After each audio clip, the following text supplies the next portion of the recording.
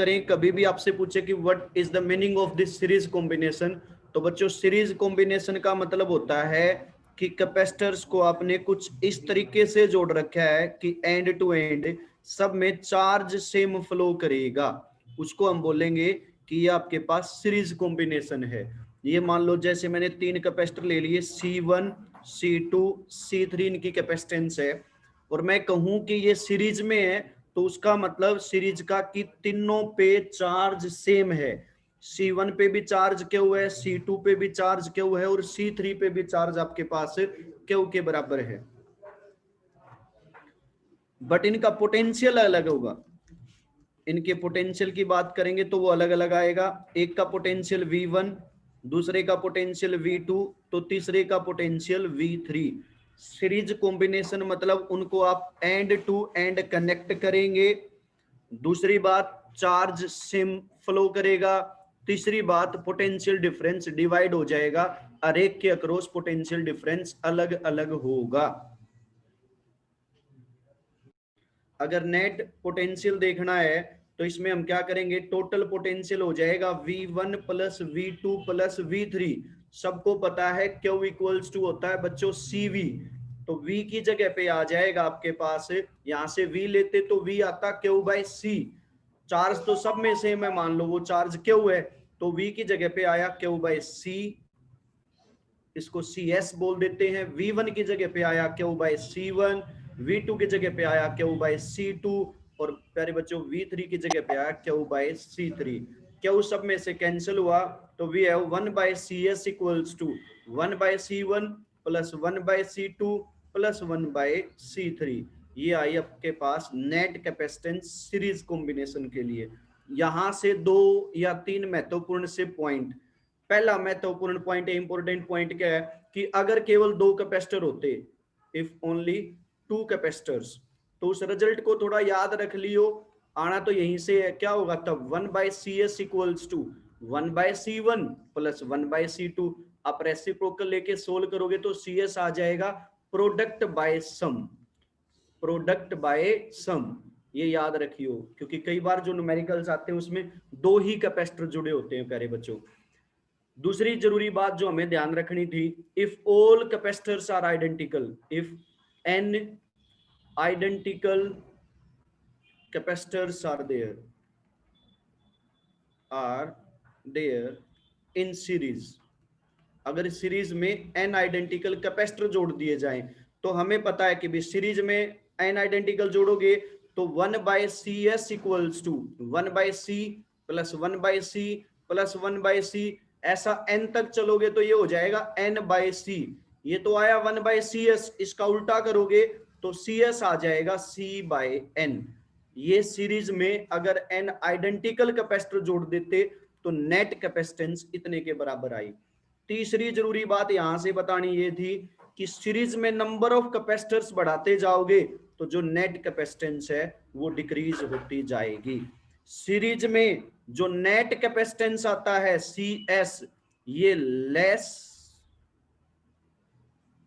ये smaller than smallest होता है, smaller than smallest, smaller than smallest. मतलब मैं एक जोड़ दूं 1 माइक्रोफराड, एक जोड़ दूं 3 माइक्रोफराड, एक जोड़ दे 5 माइक्रोफराड, एक जोड़ दे मान लो 7 माइक्रोफराड, ये सीरीज में जोड़ दिए तो जो नेट कैपेसिटेंस आएगी ना वो 1 माइक्रोफराड से भी कम आएगी, स्मॉलर देन द स्मॉलेस्ट, तो लेस देन 1 माइक्रोफराड। ये जरूरी सी बातें इसके रिजल्ट से हम निकाल सकते थे।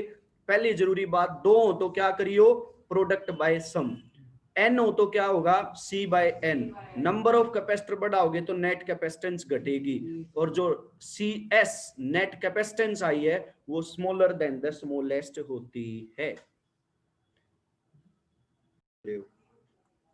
अगर बात की जाए कभी भी पैरेलल कॉम्बिनेशन ऑफ कैपेसिटर्स की, तो भाई पैरेलल कॉम्बिनेशन के केस में उनको कुछ इस तरह से कनेक्ट करते हो कि सबका पोटेंशियल डिफरेंस सेम रहे, मतलब टर्मिनल पॉइंट सेम है उनके, कि 3 जोड़ लो, 10 जोड़ लो, या 100 जोड़ लो, या n जोड़ लो, टर्मिनल पॉइंट्स क्या रहेंगे, कॉमन।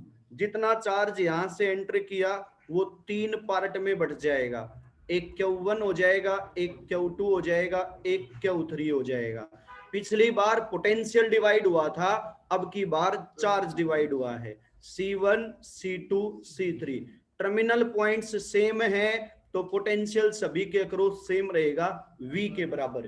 पैरेलल में कुछ इस तरह से जोड़ते हो कि टर्मिनल पॉइंट्स कॉमन हो, वहां एंड टू एंड जोड़ते थे, यहां इस तरीके से जोड़ना, टर्मिनल मतलब स्टार्टिंग और एंडिंग पॉइंट सेम जगह से जुड़ा हो। पिछली बार वाले में चार्ज सेम था, यहाँ पोटेंशियल सेम है। पिछली बार पोटेंशियल डिवाइड हुआ था, यहाँ चार्ज डिवाइड होके जाएगा। अब नेट कैपेसिटेंस अगर आपको देखनी है तो भाई टोटल चार्ज जोड़ लो, Q equals to Q1 plus Q2 plus Q3 हो जाएगा। टोटल चार्ज चाहिए तो Q सबने पढ़ा है, Q इक्वल्स टू आपके पास CV होता है, तो CP इंटू V, Q1 हो जाएगा C1V, Q2 हो जाएगा C2V and this equal to C3V। V सब में से कॉमन आया, कैंसिल हुआ, CP आया C1 plus C2 plus C3। This is the net capacitance in parallel combination. यहां से फिर वही जरूरी बातें, अगर आपके पास n आइडेंटिकल होते, n आइडेंटिकल कैपेसिटर किस में जोड़ दिए जाते, सीरीज में जोड़ दिए जाते, तो भाई C plus C plus C plus up to चलते, तो नेट कैपेसिटेंस हो जाता NC। यहां नंबर ऑफ कैपेसिटर को बढ़ाओगे तो नेट कैपेसिटेंस बढ़ेगी। जो नेट कैपेसिटेंस आता है वो ग्रेटर देन द ग्रेटेस्ट आता है, ग्रेटर देन द लार्जेस्ट। मतलब जितने जोड़े, जैसे पिछले में मैंने लिखा था कि भी 1 माइक्रोफराड, 3 माइक्रोफराड, 5 और 7, इनको सीरीज में जोड़ देते ना तो नेट कैपेसिटेंस 1 से भी छोटा आता।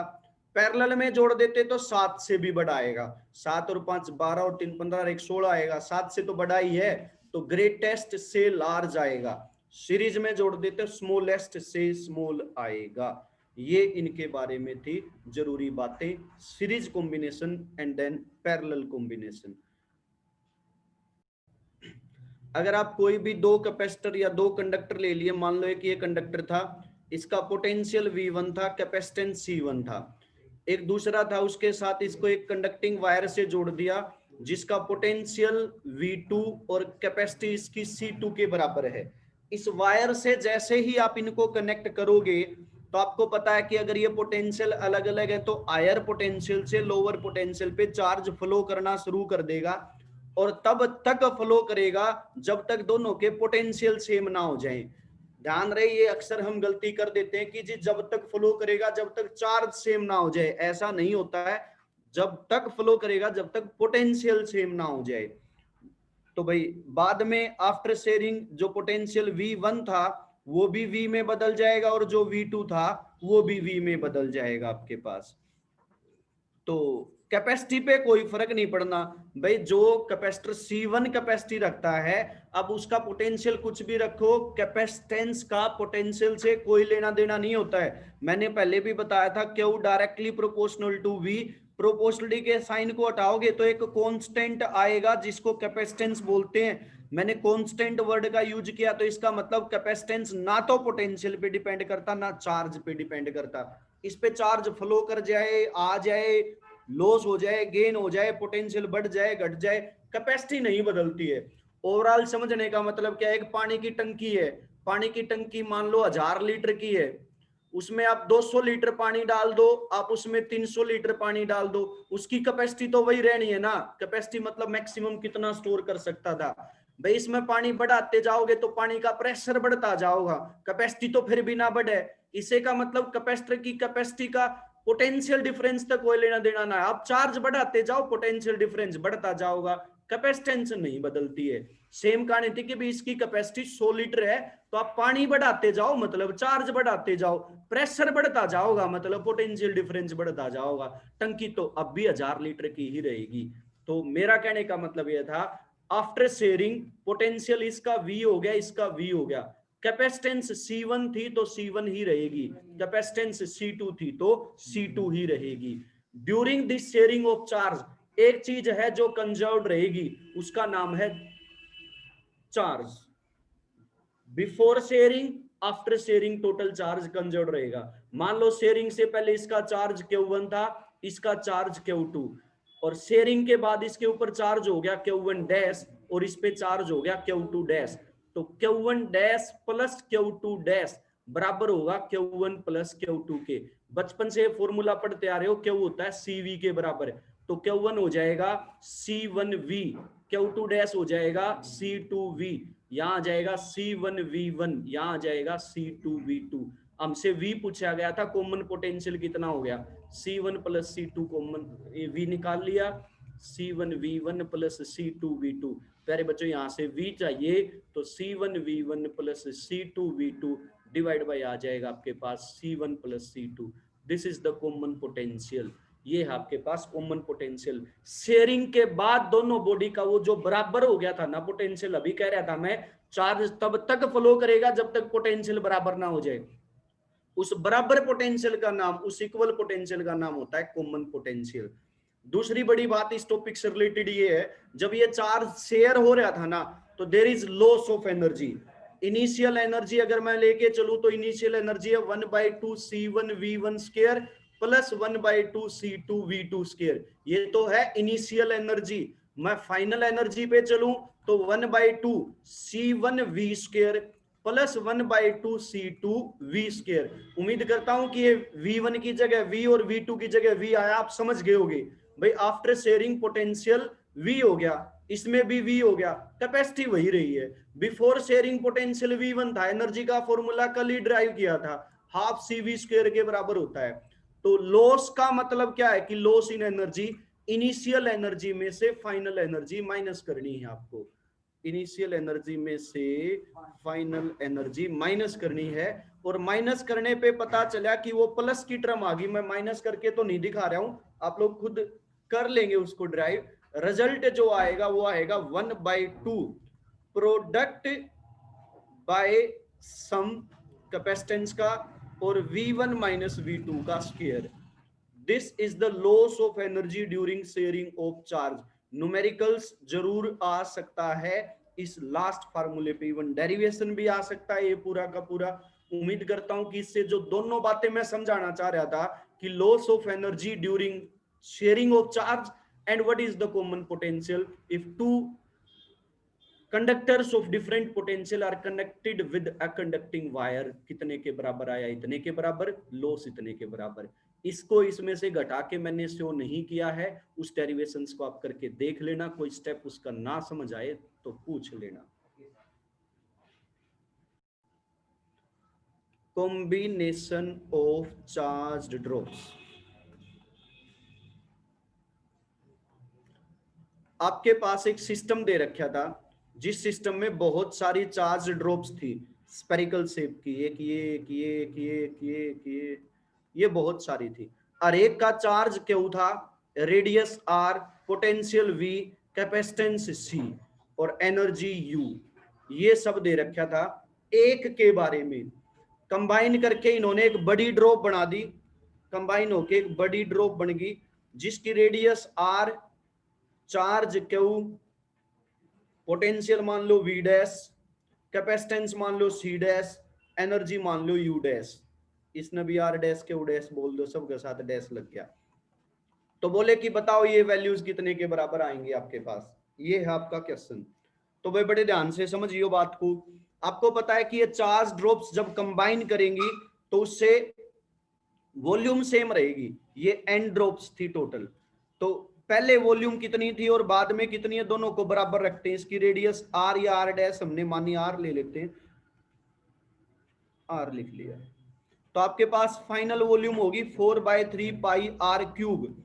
इनिशियल वॉल्यूम, एक ड्रॉप की वॉल्यूम 4/3 पाई R क्यूब। ऐसी ड्रॉप है n, 4/3 से 4/3 गया, पाई से पाई गया, R क्यूब आ गया n इंटू स्मॉल r की पावर 3। यहां से प्यारे बच्चों R निकालते तो ये तीनों साइड जाके 1/3 में बदल जाता, n की पावर 1/3 और साथ में आ गया स्मॉल r। तो capital R equals to n raise to the power 1/3 into R। ये होगी न्यू रेडियस, बड़ी ड्रॉप की रेडियस। अब चार्ज की बात कर लेते हैं। सबको पता है कि चार्ज जो है वो एडिटिव नेचर का होता है। एक का चार्ज क्यू, दूसरे का क्यू, तीसरे का क्यू, ऐसे n है तो टोटल चार्ज हो जाएगा NQ।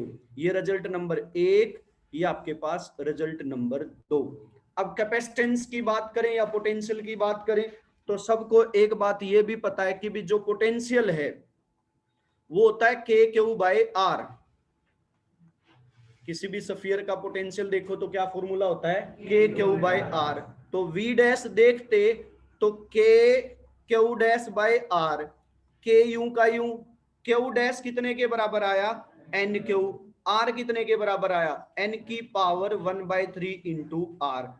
तो ये के क्यू और आर इनकी जगह तो आ गया वी, ऊपर है एन, नीचे है एन की पावर 1/3, नीचे वाली पावर को ऊपर लेके जाओगे तो 1 माइनस 1/3, लघुत्तम समापवर्त है, एलसीएम लोगे तो ये बचेगा 2/3। तो आपके पास आया n raise to the power 2/3।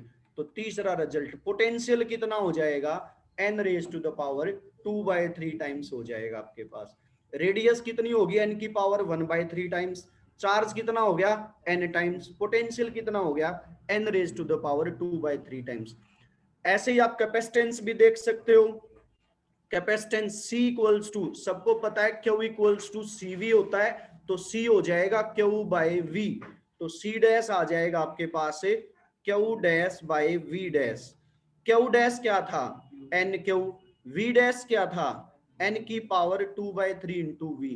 Q by V की जगह पे पहले वाला कैपेसिटेंस, अब नीचे है, ऊपर है पावर 1, नीचे है 2/3, वो आगे जाके घटाओगे तो 3 ये गया तो कितना आया n की पावर 1/3 टाइम्स। तो ये आपके पास आया न्यू कैपेसिटेंस। सिमिलरली आप एनर्जी देख लियो 1/2 CV स्क्वायर से, C का पता V का पता, वो होगा आपके पास पांचवा रिजल्ट U डैश।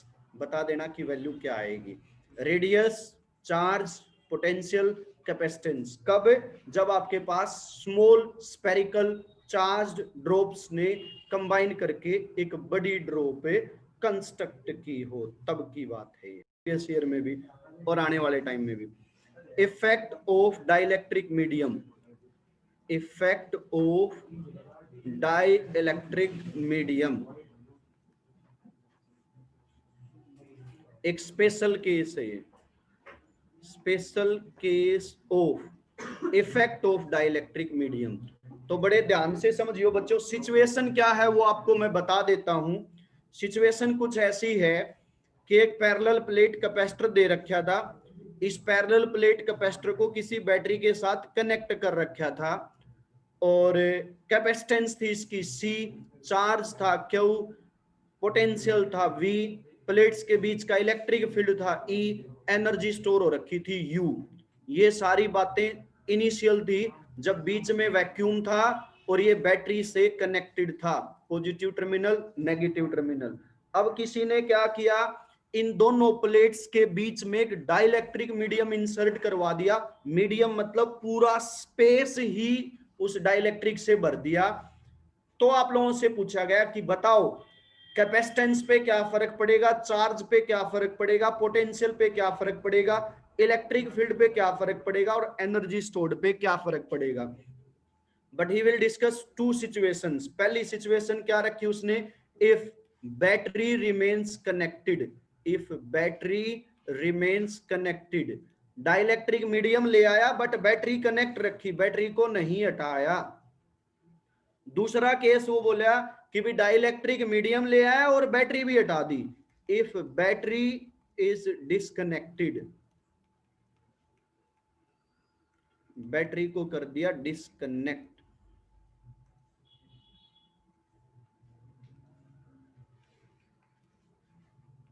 अब पूछेगा बोलो भाई अब क्या क्या होना है। तो प्यारे बच्चों, मैं इस टॉपिक को समझाने के लिए अपने घर में रखे एक यंत्र के उदाहरण से समझाऊंगा।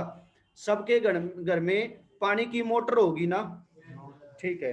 मोटर का काम क्या होता है, to maintain the pressure difference. Motor का काम होता है कि नीचे से पानी ऊपर पहुंचाना है, तो वो प्रेशर डिफरेंस को मेंटेन करती है। किसको मेंटेन करती है, आपके पास प्रेशर डिफरेंस को। तो जब तक बैटरी कनेक्टेड रहेगी, मतलब जब तक मोटर लगी रहेगी तब तक उस अपने जो पाइप है उसके दो टर्मिनल, एक तो जहां टंकी में उसमें से पानी आउटवर्ड जा रहा है और एक जहां से एंटर कर रहा है, वहां के प्रेशर को वो मेंटेन रखती है। सेम कहानी एक सर्किट में बैटरी की होती है, सेम काम। वो पोटेंशियल डिफरेंस को मेंटेन करता है, ताकि चार्ज फ्लो करे। बैटरी प्रेशर डिफरेंस को मेंटेन करती है ताकि पानी फ्लो करे। जब तक मोटर ऑन रहेगी तब तक पोटेंशियल प्रेशर बना रहेगा। सेम कहानी यहाँ है, जब तक बैटरी कनेक्टेड रहेगी तब तक जो पोटेंशियल डिफरेंस है वो सेम रहेगा। तब तक पोटेंशियल डिफरेंस क्या रहेगा आपके पास, सेम। और एक बात आपको पता है, पैरेलल प्लेट कैपेसिटर के केस में जो पोटेंशियल डिफरेंस है वो इलेक्ट्रिक फील्ड इनटू डिस्टेंस होता है। डिस्टेंस इन दो प्लेट्स के बीच की है। बैटरी में मीडियम ले आओ, हटा लो, बैटरी जोड़ दो, घटा दो, डिस्टेंस पे तो कोई फर्क नहीं पड़ना। इसका मतलब V डायरेक्टली प्रोपोर्शनल है E के। V बढ़ेगा तो E बढ़ेगा, V घटेगा तो E घटेगा, V सेम रहेगा तो E भी सेम रहेगा। जब तक बैटरी कनेक्टेड है तब तक पोटेंशियल डिफरेंस सेम, और जो इलेक्ट्रिक फील्ड है उसके साथ तो वही होना है जो पोटेंशियल के साथ हुआ है। पोटेंशियल सेम रहा है तो प्लेट्स के बीच का इलेक्ट्रिक फील्ड भी सेम रहेगा। दूसरी बात, कैपेसिटेंस फैक्टर की मैं बात करूं तो एक बात सोच के चलियो कि एक अपन ऊपर जो पानी की टंकी अगर वो 1000 लीटर की है और मैं नीचे मोटर जोड़ दूं उससे, तो वो 1000 लीटर वाली 2000 की हो जाएगी या फिर 1500 की या फिर 1000 की रहेगी। और मैं वहां से मोटर को हटा दूं तो 1000 की रहेगी। इसका मतलब ये है कि बैटरी चाहे कनेक्ट करो या डिस्कनेक्ट करो, बैटरी के जोड़ने से या हटाने से कैपेसिटेंस पे फर्क नहीं पड़ेगा। बट ये हम कल के लेक्चर में, पिछले लेक्चर में सीखा था कि भाई डाइलेक्ट्रिक मीडियम ले आए तो कैपेसिटेंस के टाइम्स हो जाएगी। कैपेसिटेंस क्या हो जाएगी, के टाइम्स। दोनों साइड कैपेसिटेंस के टाइम्स, चाहे बैटरी को डिस्कनेक्ट कर दो चाहे बैटरी को कनेक्टेड रख लो, बैटरी का कैपेसिटेंस से कोई भी लेना देना नहीं होता है। अब हम बात कर लेते हैं चार्ज की। चार्ज के बारे में आप जानते हो, एक बात सोचो, वैसे भी जर्नली हम कर सकते थे, अगर वो मोटर कनेक्टेड रहेगी तो टंकी में पानी बढ़ता जाएगा कि घटता जाएगा, बढ़ता जाएगा। उसका मोटर का काम था नीचे से ऊपर पानी भेजना, तो सीधी सी बात है यहाँ भी चार्ज क्या होता जाएगा, बढ़ेगा। और कितना हो जाएगा बढ़ के, फैक्टर सिर्फ के ही है, कितना हो जाएगा वो के। अगर मैं बैटरी को हटा दूंगा, मतलब मोटर हटा दूं, तो टंकी में पानी बढ़ेगा घटेगा कि सेम उतना ही हो जाएगा, कोई फर्क ना पड़े। अरे भाई अगर मैं मोटर बंद कर दूं तो जितना भरा था वो पानी था ना, तो जितना था वही रहेगा। तो मतलब क्यू डैश किसके बराबर आएगा, क्यू। आप इसको विद प्रूफ भी कर सकते थे, अभी अभी पढ़ा था, क्यू इक्वल्स टू क्या है, CV। सी कितना हो गया, के टाइम्स V क्या रहा, सेम। तो CV पहले का चार्ज था, इनटू में क्या आ गया, के। तो चार्ज कितने टाइम्स हो गया, के। बट मैंने कोशिश की है कि आप वैसे भी समझ जाओ। भाई बैटरी जोड़े रखोगे तो सिंपल सी बात है, पानी मतलब अगर मोटर जुड़ी रहेगी पानी आता जाएगा तो वाटर बढ़ना है, कम नहीं होना था। सेम बात यहाँ है, बैटरी कनेक्टेड रहेगी तो चार्ज बढ़ेगा। कैपेसिटेंस डाइलेक्ट्रिक मीडियम से बढ़ गया। बैटरी जब तक कनेक्टेड रही ना पोटेंशियल पे फर्क पड़ा ना इलेक्ट्रिक फील्ड पे। अगर मैं वहां मोटर को हटा दूं तो प्रेशर डिफरेंस बढ़ेगा घटेगा या सेम रहेगा, सीधी सी बात है, प्रेशर कम हो जाएगा, पानी ऊपर ना जाए। तो यहाँ पे भी सिंपल सी बात है, अगर बैटरी डिस्कनेक्ट करोगे तो पोटेंशियल डिफरेंस क्या हो जाएगा, कम हो जाएगा। और कितना कम होना है, 1/k टाइम्स आ जाएगा। आप चाहते तो इसको विद प्रूफ भी कर सकते थे, आपने पढ़ रखा Q equals to CV, V आता Q/C। बैटरी डिस्कनेक्ट करने पे चार्ज पे तो कोई फर्क नहीं पड़ेगा, ये तो उतना ही रहेगा। कैपेसिटेंस के टाइम्स होगी, ये के टाइम्स होगा तो ये कितना होगा, 1/k टाइम्स। अरे हाँ कि ना, इसका साथ के लगागा तो पोटेंशियल का फॉर्मूले में तो 1/k आ जाएगा, तो पोटेंशियल हो जाएगा 1/k। अभी थोड़ी देर पहले बताया था, जो पोटेंशियल के साथ होता है वही किसके साथ होता है, इलेक्ट्रिक फील्ड के साथ। इलेक्ट्रिक फील्ड भी क्या हो जाएगा, 1/k times. Last point, energy stored की बात करते हैं। सबको पता है एनर्जी स्टोर्ड होती है 1/2 QV यूज कर लो, या 1/2 CV² यूज कर लो, या Q²/2C। आपको Q के भी फर्क क्या पड़ना है वो भी पता चल गया, आपको V पे क्या फर्क पड़ना है वो भी पता चल गया। इस फॉर्मूला में दोनों फैक्टर पुट करोगे तो पता लगेगा कि U डैश बढ़ गया K टाइम्स, और यहां पता लगेगा U डैश घट गया 1/k टाइम्स। तो एक स्पेशल केस था बच्चों, इफेक्ट ऑफ डाइलेक्ट्रिक मीडियम, जब बैटरी को कनेक्टेड रखो और एक जब बैटरी को आप डिस्कनेक्ट कर दो। जरूरी है, इस पे बहुत भारी भारी अंग्रेजी में लिखे हुए न्यूमेरिकल्स मिलेंगे आपके प्रीवियस ईयर में एनसीईआरटी में। अगर ये टेबल याद है तो उस क्वेश्चन को आप कुछ ही मिनट्स में सोल्व कर सकते हो। कल के लेक्चर में ऐसा देखने को भी मिलेगा अगर ये टेबल आपको याद रही तो। Combination of charge drops, common potential and loss of energy, parallel combination, series combination, और लास्ट टॉपिक जो हुआ था that is a special case effect of dielectric medium. ये एक छोटा सा लेक्चर है आपका।